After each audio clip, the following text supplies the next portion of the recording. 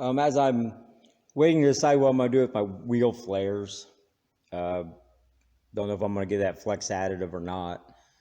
A lot of people that paint say I don't need it. I know someone recommended I use it.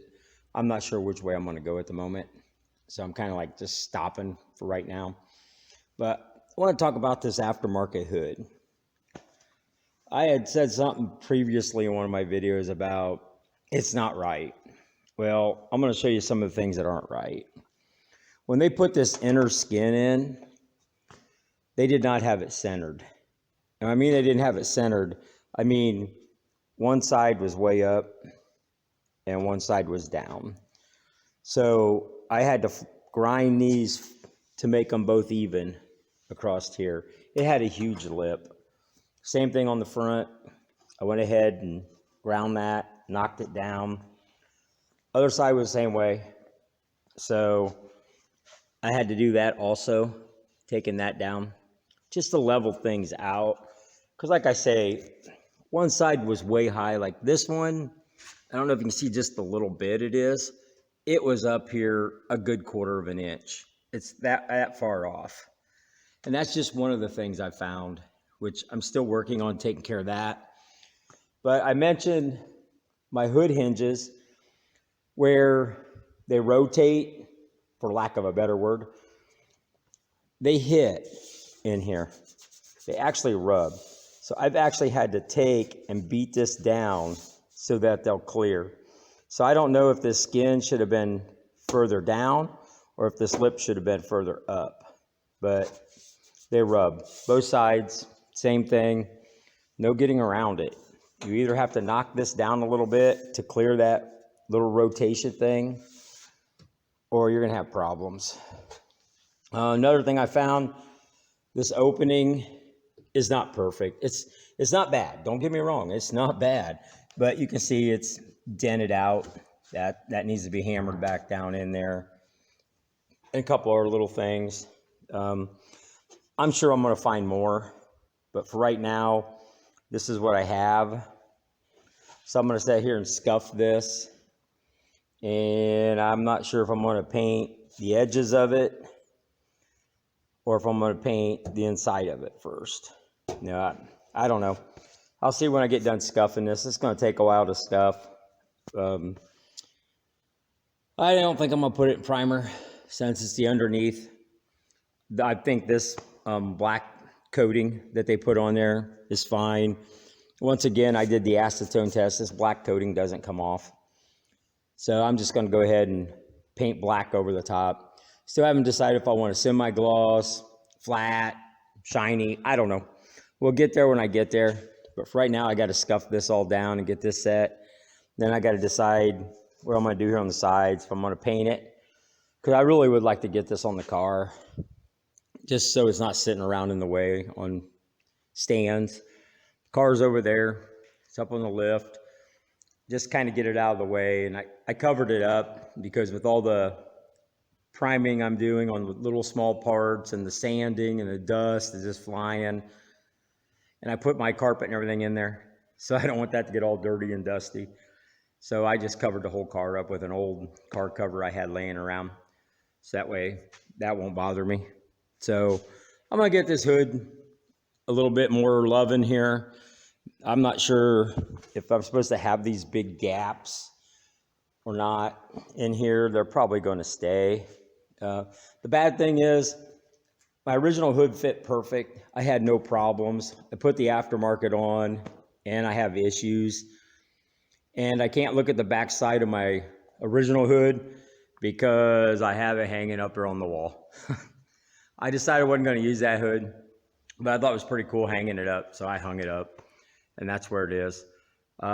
This new hood, I opted to get rid of the vents that were in the back to pull air in. I don't know if that's a good thing or a bad thing. I just kind of like the smoother look, other than all them vents in the back of the scoop.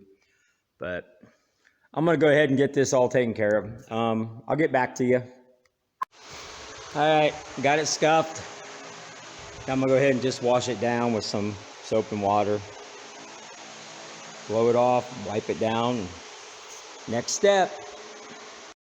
Okay, got my base coat laid. It's all looking really good. So next I'll go ahead and mix up some clear. I'll let this flash for like 20 minutes. Then I'm going to put some clear on top of all this. When you clear it, that's when it really pops. You know, right now it looks like it's kind of like a flat or a semi-gloss. But when you put that clear on there, it really does pop. So I'll go ahead and get my butt in gear here and start getting some chemicals out and start mixing the paints, and it should take about 20 minutes and we'll put some clear on this. Okay, painted and cleared. Pull this masking tape off later. It's all clear coated. Now all I have to do is masking off, let this set up a little bit, and paint the edges of it to match the car. And then get some buddies over here and help me put it on the car. One less thing in the way, one less thing sitting around, and more parts of the car going together. That's a good thing. Keep moving right along. Okay, I'd gotten that underside of that hood painted and cleared. So now I'm going to do the edges in that orange. The bad thing is I got to mask off the entire underneath this hood so I don't get any of the orange on that black. It's kind of a pain in the butt. Has to be done if this is the way I'm going to do it. I tried to decide which way I was going to go. I think it would have been smarter to paint the edges first. And then all I would have had to do was mask off the edges instead of this entire hood. So foresight, if you're going to do this, paint your edges first, then mask off your edges and paint the inside of the hood. You're going to save yourself so much time on paper and tape. But obviously, I went the wrong way. So this is the only solution. I'm going to go ahead and let you guys follow me through this.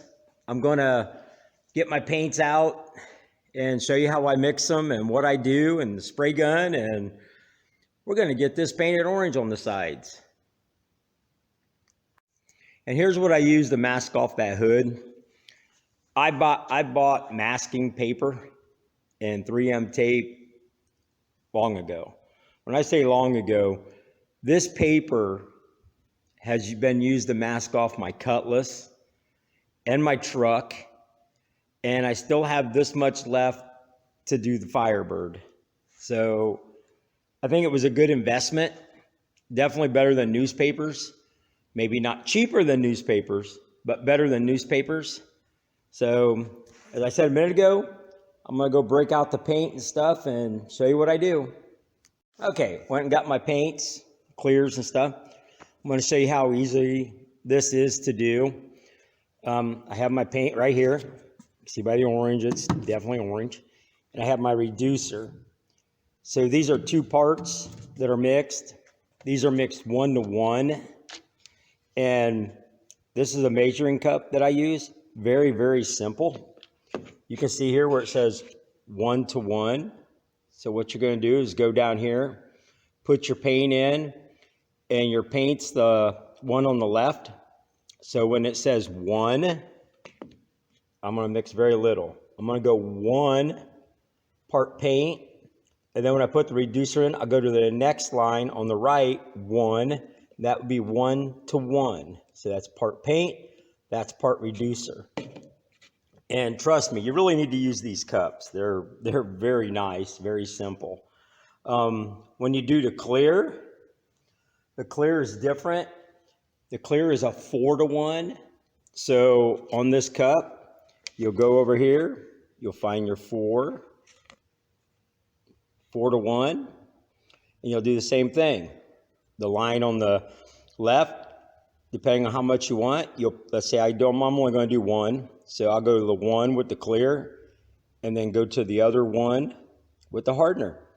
And then I'm a 1-to-1 mixing for the clear. First, we have to do the paint. And if you don't know what your mixing ratio is, when you buy your paint, they should give you a sheet. This is the production production information. This is what all paint suppliers will give you. And it'll tell you, like, here's my paint. It's a 1-to-1. My clear is a 4-to-1. Sometimes there'll be another chemical you'll have to add, depending on what it is. Sometimes there's an activator that you have to add to some of this, so it may be 4-1-1. I mean, you really need your paint sheets or your knowledge on the paint. But this is very easy to mix up. I'm gonna go ahead and do this 1-to-1 on the paint, and we'll lay down the paint. And I'm using my touch-up gun today for the jambs. I've had this thing for years and years and years. The only drawback to this is you have to clean it after every use. Kind of take it apart, clean it, or it's not gonna work. It was in a case, and I usually don't use that spray gun. I don't think I've ever used that spray gun. Excuse me. But I'll get these mixed up and be right back. Okay, just like I showed you, I went to the 2. So now my reducer will go up to the next 2, and that will be mixed up. There you go. The reducer is to the 2. We'll mix this up, strain it, put it in the paint gun, go lay some paint. Okay, in painting this jam, I'm going to show you what happens when things don't go right. You hear a fan in the background. Evidently, I didn't get this clean enough. It could have had who knows what on it. Could have been sweat from me. It could have been oil. You just don't know. But this is a base coat, so I don't even have it on there yet really thick. I just put down like 1 or 2 layers. But either way, when it starts doing this, just stop. Just stop what you're doing and wait for this to cure. It won't take long for it to cure. And what you're gonna do is you're gonna come back with 400 wet sandpaper, sand that smooth, take that defect out of there, and clean it. Clean it really well, and reapply your paint. And trust me, it'll look like it was never happened. But these are things that happen when you paint. You know, it's just the way it is. The rest of it, I must have had it pretty clean. I didn't have any problem with it, just that one spot. It's like I say, just stop, which is what I just did. And I'll let this cure for a little bit. I'll wet sand that out, clean it real good, and come back and paint it again. You know, it's just a base coat. So when base coats screw up, that's when you can fix it. You know, don't wait till you don't continue just to add paint to that thinking it's going to go away. It's not going to go away. And if you clear this, you're going to be so sorry. So, be back in a few. Okay, I got that spot knocked down. You can see it's been sanded to 400. In the ideal world, I would have primed that. But being jams, I didn't even prime it to begin with. I didn't think much about it, to be honest with you, but I know it's a jam. So that could have been some of it. But I think it was from where I grabbed the hood to move it. Because when I started working on it, I went to the other side and found a spot too. And that's basically where I grabbed my hands. So it was probably oil off my hands. Oil, sweat, dirt, whatever. So yeah. So I've got that sanded down too. So I'm going to retry to apply this base coat and put it on there lightly. Don't put it on heavy, and make sure we don't have that lifting anymore. The base coat. The pot life on base coat for this particular stuff is indefinitely, which means as long as I keep it in a sealed container, it'll last forever, or should. But we know when it gets old, you don't want to use it anyhow. So these mixing cups do come with lids. So I just sealed it up so I can still use it. So we're going to get back on this. See if it comes out better. I'll show you in a minute. Yeah, I know you can hear the fan in the background. Sorry, but really need it. All base coated. Got those spots taken care of. No problems in the front. Like I said, I think it's from me grabbing it with my hands on the sides. All taken care of.